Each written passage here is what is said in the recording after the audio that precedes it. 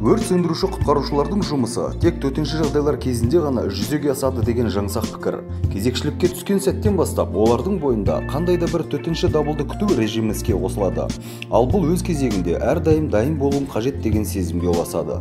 Ал дабыл қоңырауы келіп түскенде от жауынгерлері алдарында қандай да бір қиындықтың немесе қауіптің күтіп тұрғандығын ішкі түйсіктерімен сезінсе де, ішкі сезімдерін басқарып, толқуды жауапкершілікпен алмастырып, оқиға орнына аттанады. Ал шақырту орнында тыныс алуға қолайсыз ортада әрі жоғары температуралық қысымда байбалам мен айғай-шудың ортасында жұмыс атқару кімге болса да қиындық туғызары ақиқат. Денсаулық пен өмірге қауіп төнген шақтағы шектеулі уақыт, шешім қабылдауда тәуекелділікке бару секілді сезімдердің алмасуымен жүйкеге түсетін қысым одан әрі күшейе түседі.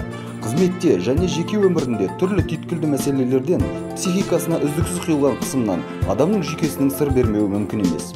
Ал адамның психоэмоционалды жағдайы өз кезегінде оның денсаулығына да кері әсерін тигізетіні ғылыми тұрғыдан дәлелденген. Ал отбасылық жанжал, шамадан тыс несие алу, еңсені басқан қарыз немесе отбасындағы қаржыны қолдап желге ұшыру адамның түнгі ұйқысын қашырып, жүйке күйзелістеріне ұшыратады. Мұндай күйдегі адамға ас батпай, ойын-сауықтан бас тартып, есесіне сары уайымға салынбақ. Ал әрдайым жүйке қысымында жүрген адамның иммунитеті әлсіреп, аурушаң болады. Мұның салдары псориаз, қант диабеті, инсульт, инфаркт, асқазан жарасы және тағы басқа ауруларға келіп соғуы ықтимал. Денінің саулығын ойлаған адам эмоционалды шиеленістен бойын аулақ ұстап, әрдайым көтеріңкі көңіл күймен эмоцияларын басқаруды үйренгені жөн. Темекі мен алкогольді тұтынудан бас тартып, жаман әдеттерден арылу қажет.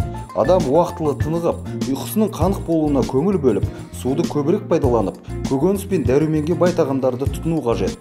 Отбасындағы тыныштық, туыстар арасындағы татулық, жанашырлық сезімдері жоғары болса, онда өмірде туындайтын түрлі қиындықтарды адам тез әрі күйзеліссіз еңсерер сөзсіз.